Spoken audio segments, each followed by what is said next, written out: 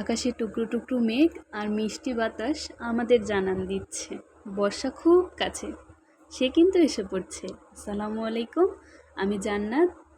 দৈনন্দিন জীবনের সকল গল্প নিয়ে আপনাদের সাথে, আশা করছি আপনারা পাশে থাকবেন।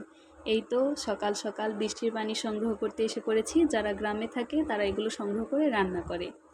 তারপর হচ্ছে বাচ্চাদের কাঁথা ধুয়েছি, সেগুলো মেলে দিলাম, ছাদে শুকোতে দিলাম আর কি। তারপর হচ্ছে এই তো আমার মেন পার্ট, আমার জীবনের গল্প হচ্ছে আমার দুইজন পরী, আল্লাহ আমার ঘরের বরকত। এই দুইজন পরী, তারা ভীষণ দুষ্টু। সারাদিন তাদের সামলাতে সামলাতে, তাদের পিছনে দৌড়াতে দৌড়াতে বলতে পারেন আমার দিন কেটে যায়। এরাই হচ্ছে আমার জীবনের গল্প।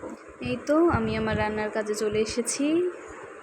তারপর হচ্ছে বিকাল হয়েছে, কিন্তু তার ঘুম নেই। সে ঘুম আসবে না, সে হচ্ছে সারাদিন তাকিয়ে থাকবে, সারা রাত তাকিয়ে থাকবে। সে হচ্ছে খেলা করতে পারলে তার শান্তি, প্লাস স্কুলে উঠবে আর ঘুরবে। এই তো আমরা এসে পড়েছি আমাদের জামা কাপড়গুলো নিতে। ও মা, এসে দেখি বাতাসে সব জামা কাপড় এক এক জায়গায় ছড়িয়ে ছিটিয়ে পড়ে আছে। তারপর আর কি, আমরা বিকালের ওয়েদার দেখছিলাম।